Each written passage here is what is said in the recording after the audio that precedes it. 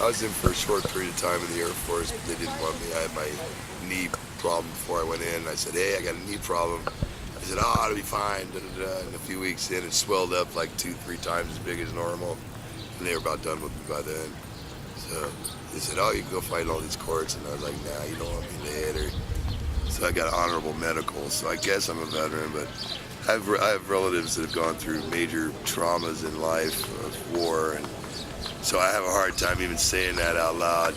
I got people who are POWs and reported dead to the family 3 times. And I got one cousin who's come back from Iraq who's a mess and having very difficult times convincing the people who know in the VA that he's deserving of benefits because he's falling apart bit by bit for the crap that we drop on everybody.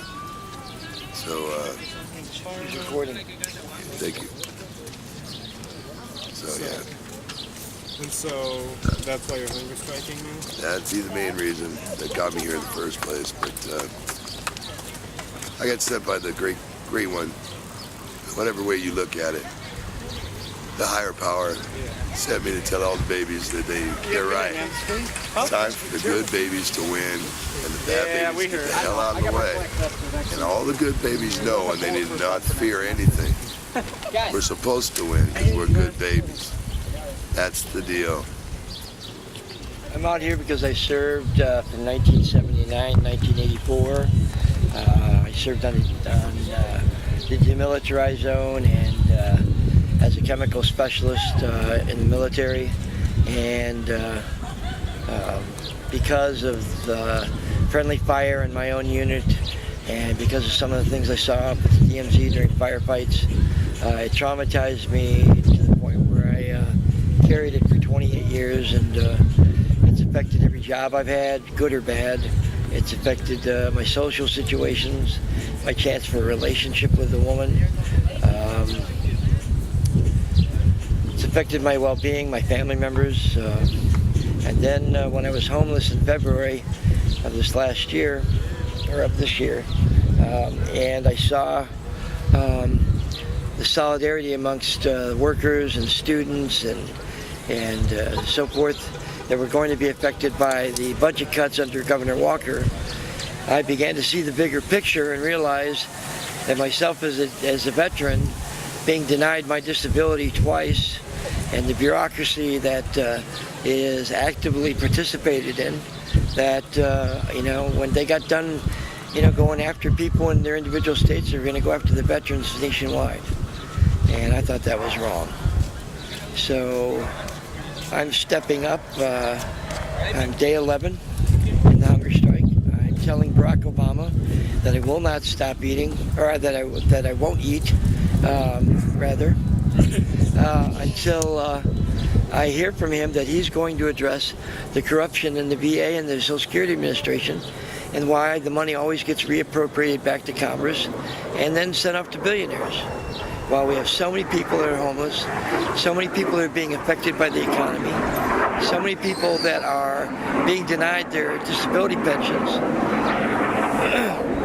and always have to end up paying a portion of their disability to pay for a lawyer that should be subsidized by the government in the first place when they don't do their job. I want change. I want real change. I don't want the kind of change that they talk about. I want the kind of change that the working class and the poor talk about. And because great important people in our history that I studied and revered as a child, like Mahatma Gandhi and Nelson Mandela, and some of the veterans and environmental activists that have risked their life for what they believe in against bureaucratic tyranny and corporate tyranny.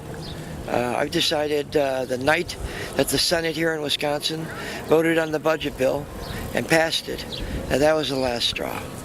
I couldn't sit by living in a box without an income, without the ability to get a job, under my usual limited expectations and limitations. And I couldn't finish my schooling and become a successful artist without the help of the VA. I voted for Barack Obama. I love the man. I am impressed that the American people finally voted a black man into office, which was way overdue. And because of Michelle Obama and Joe Biden and the National Veterans Hotline for the homeless, I was given an apartment during the initial days of the occupation in the state capitol, so now I have a place to live. And I will still be living on the streets apart from this hunger strike if it hadn't been for her. She's a kind and compassionate woman. She has 2 beautiful daughters who are going to make great leaders one day.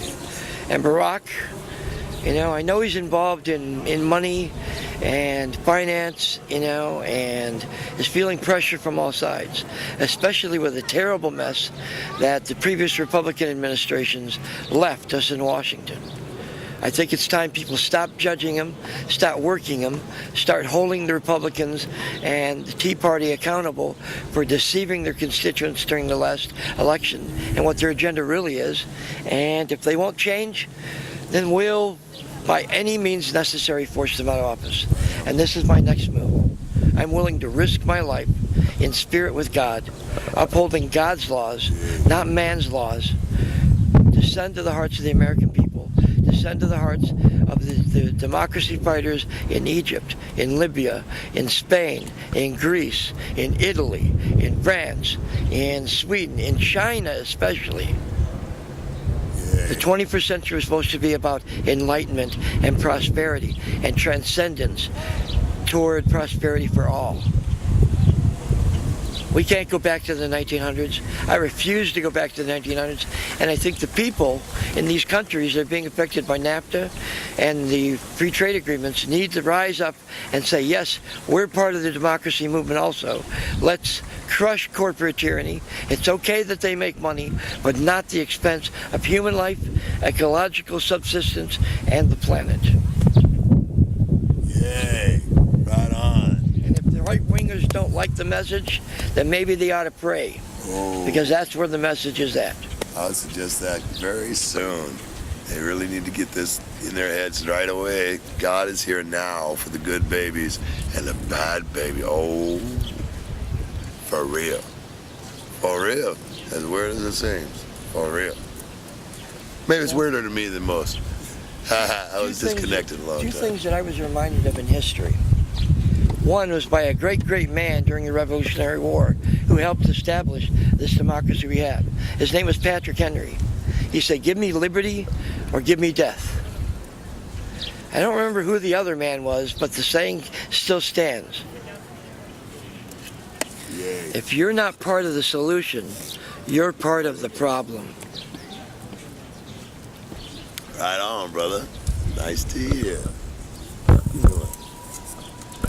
Thank you.